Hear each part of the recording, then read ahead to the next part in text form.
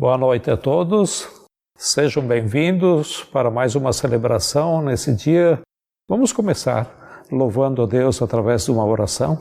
Querido Jesus, queremos te agradecer pelo dia de hoje, por esse momento especial, por esse momento de poder entrar no lar de cada família e podermos ouvir a Tua Palavra, estudarmos a Tua Palavra, podermos te louvar porque Tu és o Senhor. Nós reconhecemos que Tu és bom, que Tu és bondoso e Tu és o nosso Deus e o nosso Pai. Esteja conosco, Deus, nesta noite e nos abençoe. Em nome de Jesus. Amém? Gente boa, há uns 40 dias atrás o Edgar deu um estudo, o último estudo do mês de junho, e ele lançou um desafio, não sei se todos vocês estão lembrados, e ele desafiou para a gente estudarmos o livro de Romanos. E não sei quantos de vocês estão conseguindo fazer isso. Aproveitando esse desafio, hoje eu quero trazer um texto, eu quero falar um pouco, um assunto exatamente sobre Romanos, aproveitando isso que o Edgar tem falado. Nós vamos ver o capítulo 5, capítulo 6, e tem vários versículos que eu vou lendo aos poucos e vou falando e vamos pular também para outros livros da Bíblia. Romanos 5, capítulo 5, versículo 20 e 21 diz o seguinte: a lei foi introduzida para que a transgressão fosse ressaltada. Isso quer dizer o seguinte, que o pecado viesse à luz, que viesse às claras. Mas onde aumentou o pecado, transbordou a graça. Algumas traduções até diz, superabundou a graça. A fim de que, assim como o pecado reinou na morte, também a graça reine pela justiça para conceder vida eterna mediante Jesus Cristo, nosso Senhor. Capítulo 6, versículo 1. Que diremos então? Continuaremos pecando para que a graça aumente? De maneira nenhuma, diz o apóstolo Paulo. E ele faz a mesma pergunta no capítulo 6, versículo 5. E então, vamos pecar porque não estamos debaixo da lei, mas debaixo da graça? De maneira nenhuma, repete o apóstolo Paulo. Esse capítulo 6 de Romanos, ele vem esclarecer um equívoco muito comum nas cabeças das pessoas, onde explica o seguinte: vamos pecar porque onde o pecado é abundante, a graça de Deus superabundou. Já que Deus não nos julga pela lei, nos faz um julgamento moral, porque nos cobre com a sua graça, então vamos pecar. Mais ou menos essa a ideia que está sendo exposta aqui. Isso é um equívoco que é bem possível para muitos quando toma conhecimento sobre a graça de Deus. Quando nós ficamos sabendo da graça de Deus dessa maneira, de como Deus nos trata, onde a religião diz para nós que nós devemos ser bons para que Deus nos abençoe, mas o Evangelho diz: o que garante que Deus nos abençoe não é a nossa conduta, não é a nossa virtude, nem a nossa bondade, mas é a graça, é a virtude de Deus.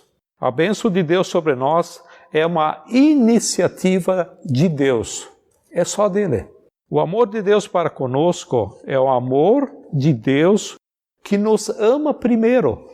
Por exemplo, Romanos 5:8 diz que Deus nos amou ainda quando nós éramos pecadores. E Deus se derrama sobre nós, porque assim Ele escolheu nos amar. Não há nada que façamos de errado para Deus nos amar menos, e nem que façamos de certo para que Ele possa nos amar mais. Ele escolheu, Ele nos ama. Essa informação, às vezes, gera equívocos. Já que Deus me ama independentemente da minha virtude ou do meu pecado, então não tem problema se eu tenho uma vida de virtude ou uma vida de pecado. Por quê? Porque o amor de Deus está garantido. Esse é o escândalo da graça. Deus nos ama sem somar os nossos débitos ou falhas, e nem os créditos ou méritos. E Paulo usa duas metáforas para explicar para nós, no capítulo 6, porque é que não devemos viver no pecado e nem pecando deliberadamente. Ele usa a metáfora da morte e da ressurreição e a metáfora da escravidão e da liberdade. E no capítulo 6, do versículo 2 ao 5, ele diz o seguinte: de maneira nenhuma, nós os que morremos para o pecado, como podemos continuar vivendo nele? Ou vocês não sabem que todos nós que fomos batizados em Cristo Jesus, fomos batizados em sua morte? Portanto, fomos sepultados com ele na morte por meio do batismo, a fim de que, assim como Cristo foi ressuscitado dos mortos, mediante a glória do Pai, também nós vivamos uma vida nova.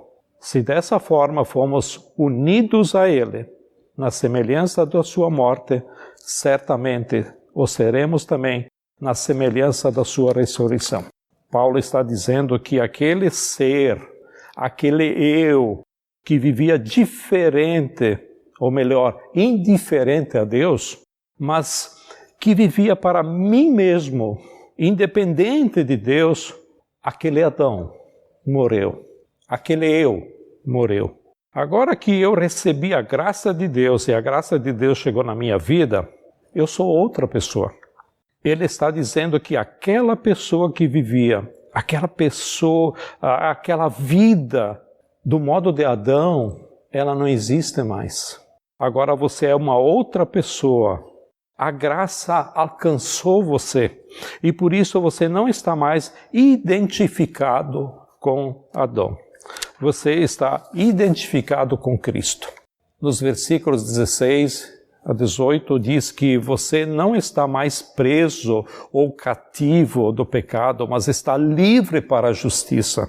E houve um tempo que você era escravo do pecado e não tinha outra alternativa a não ser viver para si mesmo, colocando o seu ego, o seu eu, no lugar de Deus. Mas agora você está livre e pode servir a Deus. Acontece alguma coisa em nós quando a graça nos alcança, e essa coisa que acontece em nós nos transforma em outra pessoa, porque aquela maneira que vivíamos, ela é abandonada. Por isso se abre, se descortina para nós uma nova maneira de viver, e é essa nova maneira de viver que nós devemos abraçar. É isso que ele está dizendo no versículo 19 do capítulo 6, ele diz agora que você é outra pessoa. Assim como vocês ofereceram os membros do seu corpo em escravidão à impureza e à maldade, que leva à maldade, ofereçam-no agora em escravidão à justiça, que leva à santidade. Paulo fala de alguma coisa que aconteceu, e se não aconteceu, deve acontecer. Ele diz que é um fato consumado que nós morremos e ressuscitamos com Cristo. Isso é que ele está falando aqui. É um fato consumado que nós fomos libertos dos pecados e agora podemos servir a justiça. Ele diz, já que isso é fato consumado no passado, então agora atualize esse fato na tua experiência hoje, no presente. Como? Sirva a Deus. Mude sua maneira de viver. É isso que ele está dizendo. Já que você está liberto do pecado, então sirva a justiça. Em 2 Coríntios capítulo 5, versículo 17, fala da nossa posição agora, que nós estamos agora, né? Ou seja, aquele que está em Cristo. Né? Nós não estamos em Adão, mas nós estamos em Cristo. Essa é a nossa posição. Ele está confirmando aqui, nos colocando. Isso é um fato. não é? Deus fez por você e Ele fez por mim. Por isso que Paulo diz no versículo 11, considere-se morto para o pecado. E no versículo 13 diz, por isso ofereça a sua vida para servir a Deus. Esse servir a Deus é a sua condição, ou seja, está falando de sua resposta ao que Deus fez por você. Uma coisa é o que Deus fez por nós, isso é um fato consumado. A outra coisa é a nossa resposta a Deus, a partir daquilo que sabemos que Deus fez por nós. Então, uma coisa é nossa posição em Cristo e a outra coisa é nossa condição em Cristo. Por isso, quando a graça de Deus nos alcança, nós adquirimos uma nova consciência. E com a nova consciência que nós temos, nós mudamos a nossa maneira de viver. Paulo diz no versículo 6 e 9, que nós sabemos, os dois versículos usam essa palavra, sabemos, ou nós temos nova consciência do que Cristo fez por nós. Então agora, viva diante daquilo que você sabe, viva daquilo que você já recebeu. Paulo diz mais, agora que você já foi ensinado e adquiriu uma nova consciência de que a vida não é resultado de satisfação do nosso ego, mas a vida é resultado de uma rendição ao favor da graça de Deus. Agora que vocês sabem disso, olha o que diz em Efésios capítulo 4, do versículo 22 ao 24, quanto à antiga maneira de viver, vocês foram ensinados a despir-se do velho homem, que é o Adão, que se corrompe por desejos enganosos e foram ensinados a serem renovados no modo de pensar e revestir-se do novo homem criado para ser semelhante a Deus, em justiça, em santidade proveniente da verdade. Então, Paulo está dizendo, joguem fora essa carcaça de Adão e vistam-se de Cristo. É isso que ele está dizendo aqui. E se você jogou fora o Adão, Adão morreu. E Cristo revestiu você e você está revestido de Cristo. Se você está revestido de Cristo, né? Como você pergunta, se pode viver de qualquer jeito? Paulo diz, evidentemente que não. Agora que você teve esse impacto da graça, que você pode entender o que a graça faz, o que a graça é em nós, que a graça de Deus na sua vida, ele diz o seguinte, continua aí em Efésios, do capítulo 4, versículo 25 até 32. Portanto, ainda bem que a Bíblia tem os portanto, né? Portanto, o que você pergunta? Portanto, já que a graça de Deus alcançou você, é isso que está dizendo? Então, portanto, cada um de vocês deve abandonar a mentira, falar a verdade ao seu próximo, pois todos somos membros de um mesmo corpo. 26. Quando vocês ficarem irados, não pequem. Apazigue a sua ira antes que o sol se ponha e não deem lugar ao diabo. O que furtava, não furte mais. Trabalhe, pare de roubar, fazendo algo de útil com as mãos para que tenham que repartir com quem estiver com necessidade. Nenhuma palavra torpe saia da boca de vocês, mas apenas a que for útil para edificar os outros conforme a necessidade, para que concedam graça aos que a ouvem. Não entristeçam o Espírito Santo de Deus, com o qual vocês foram selados para o dia da redenção.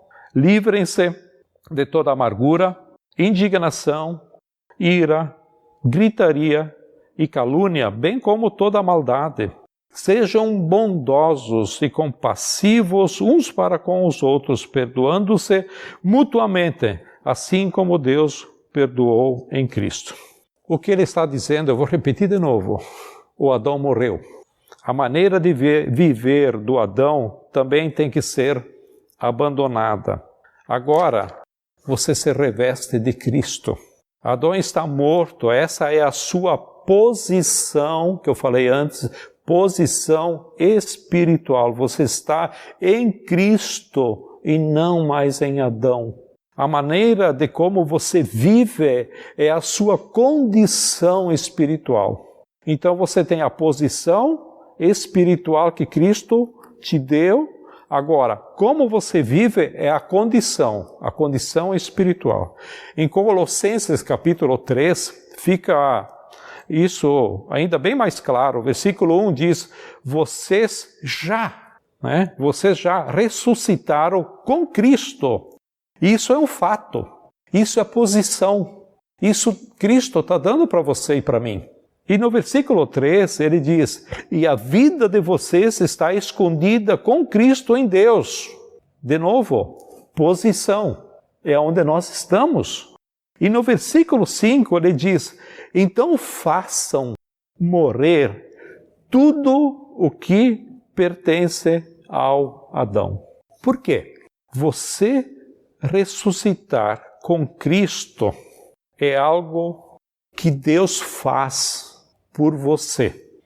Mas fazer morrer tudo o que pertence ao Adão ou à velha natureza, que é o Adão, é a resposta que você dá a Deus. Morrer o quê? Você pode perguntar. Nesse mesmo capítulo 3, versículo 5 diz, a imoralidade sexual, impureza, paixão, desejos maus, ganância e a idolatria.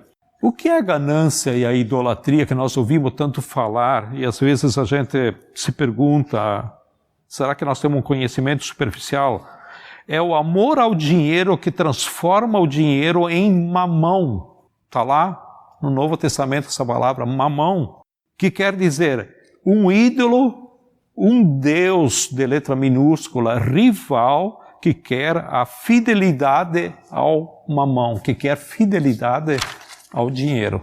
E aí o versículo continua, e por causa dessas coisas que vem a ira de Deus aos que vivem na desobediência. Versículo 7, as quais vocês praticaram no passado, quando acostumados, a viver nelas, mas agora abandonem todas essas coisas. E aí vai falando, né? Uma lista enorme, a ira, a maldição, a maldade, a maledicência, a linguagem indecente. Não mintam uns aos outros, visto que vocês já se despiram do velho homem com suas práticas e se revestiram no novo, o qual está sendo renovado em conhecimento à imagem do seu Criador. O que Paulo está dizendo? A nossa posição em Cristo é algo que Deus fez por nós. Ele já matou Adão e já nos ressuscitou com Cristo. Então, aqui há uma exortação para que tenhamos uma nova maneira de viver. Agora, o que isso traz para nós de uma maneira prática? Tanto para você como para mim, como podemos praticar isso? Primeiro, você deve viver baseada naquilo que você sabe. E o que Paulo diz em Romanos 6, capítulo 5 e 9, aí tem a palavra que, os dois versículos, a palavra sabemos. Tem que viver baseado no que você sabe. Por quê? Porque a maioria de nós vive baseado no que sente, no que você sente. Não é no que nós sabemos. Nós somos mais ou menos a geração sensação, tá? Eu sinto que você não gosta de mim. Isso é um exemplo. Outro exemplo. Eu não sinto que Deus me ama. Eu não sinto que Deus me perdoou. Eu não me sinto filho de Deus. Paulo vem dizendo, cuidado, quando você baseia a sua vida naquilo que você sente. O melhor caminho é você saciar saciar naquilo que você sabe.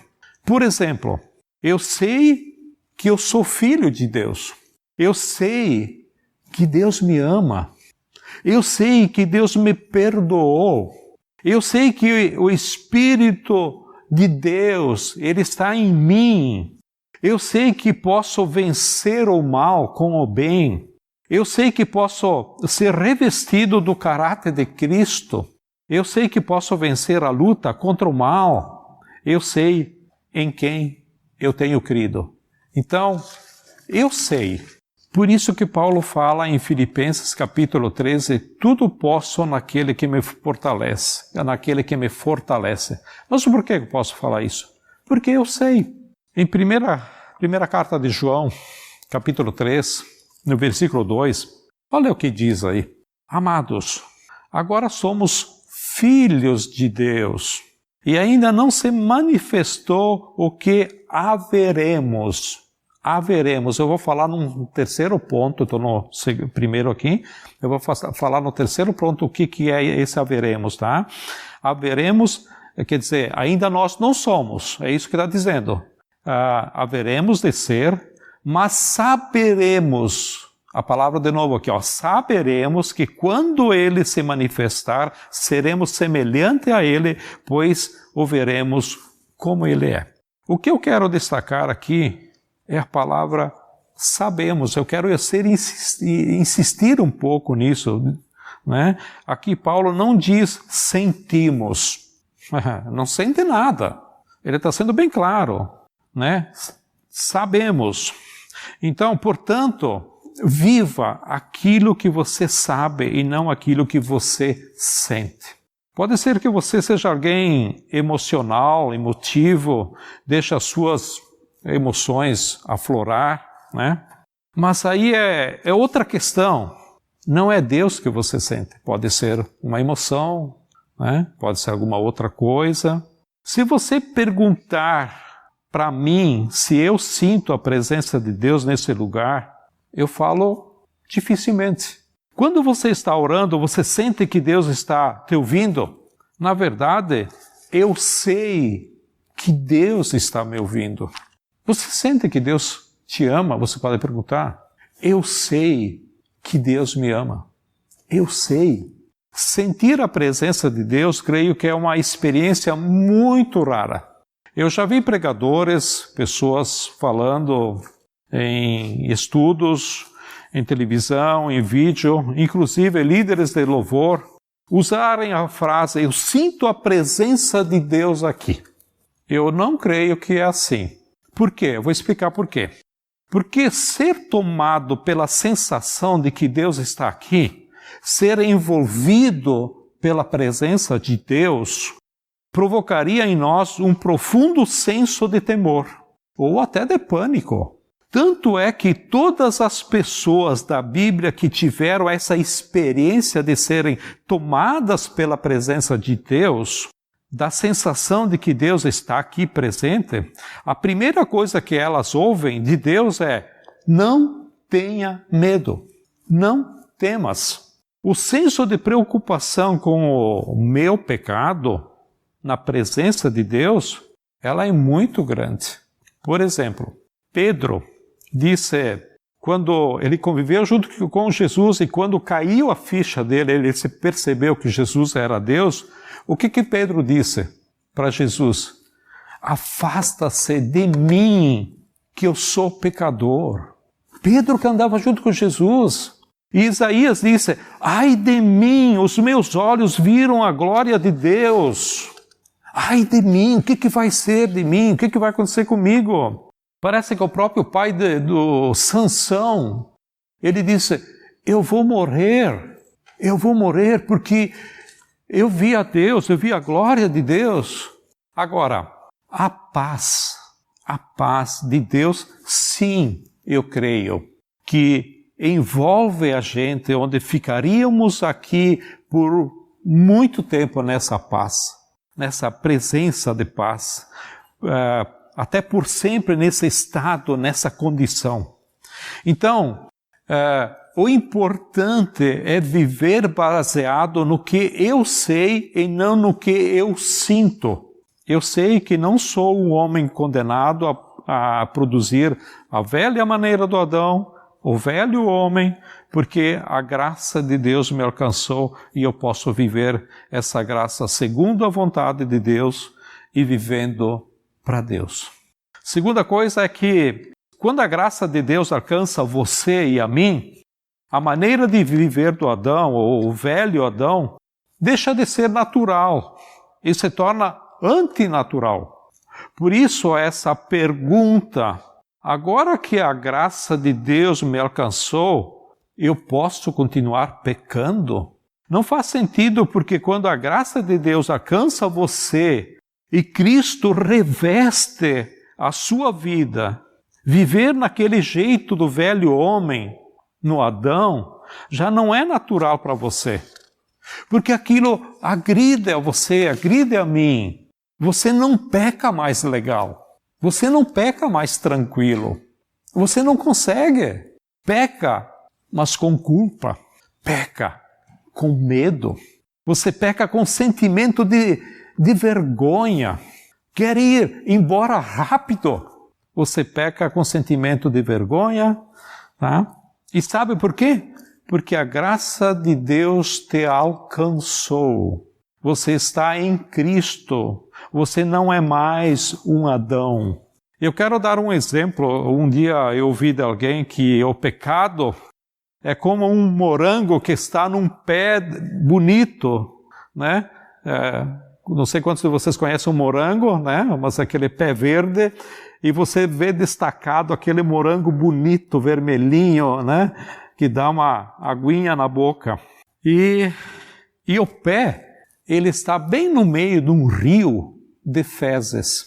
Você até pega o morango, só que tem que entrar naquilo mesmo, tá? Na correnteza de lama de fezes. Você sai de lá com o morango na mão. Eu não sei se posso usar essa palavra, mas você sai de lá enfezado. Tá? Você entende o que eu quero dizer? Então, pecar para usar a graça não faz sentido. Não faz sentido. A terceira coisa é a minha certeza que ainda não sou aquilo que devia ser. Quando antes eu falei, lá no terceiro ponto eu vou falar, né? Aquilo que haveremos de ser, que eu citei naquele versículo, né? Então guarde bem isso. É a minha certeza que ainda não sou aquilo que devia ser. Tem muitos que têm dúvidas sobre a sua conversão. Eu já passei por isso também. Quando houve, sabe, aquela história de pecado, a gente ouve falar dos outros, né? Do pecado dos outros, o que a fulana fez, o fulano fez, e o comentário de alguns cristãos mais piedosos, geralmente eles são sempre assim, ele fez isso, né? Tal coisa, porque ainda não é convertido. Aliás, eu já cheguei a falar isso também para algumas pessoas. E se ele não era convertido, né? A diferença entre ele e eu é que ele cometeu o pecado à vista, apareceu aos olhos. Então, nós condenamos, nós julgamos, olha o que ele fez, o que ela fez. Mas eu e você façamos iguais. Eu faço igual. Dentro da minha cabeça, eu faço. Dentro de mim, eu faço. Às vezes a gente não manifesta. Às vezes a gente não faz. A gente aproveita julgar, criticar. Mas como é que está o meu coração lá dentro? Se Jesus falou assim, que se você não matou, mas odiou, e é como se tivesse matado, eu sou assassino. Quando aceitei a Jesus, coisas como ira, maledicência, rancor, inveja, cobiça, não saíram de mim assim, na hora. Eu luto com isso ainda hoje. É só você conversar com minha esposa, que ela vai dizer isso. Então eu posso pensar que não sou convertido porque hoje ainda luto contra essas coisas. E quantos de nós pensamos mais ou menos de uma forma parecida? Aqui está o detalhe. Temos que entender que ainda não sou o que eu devo ser. Mas a Bíblia diz que eu posso ser diferente dentro do que sempre fui. Como? Quando eu machuco pessoas, às vezes eu uso pessoas, abuso das pessoas, né? Percebo que isso não é mais natural.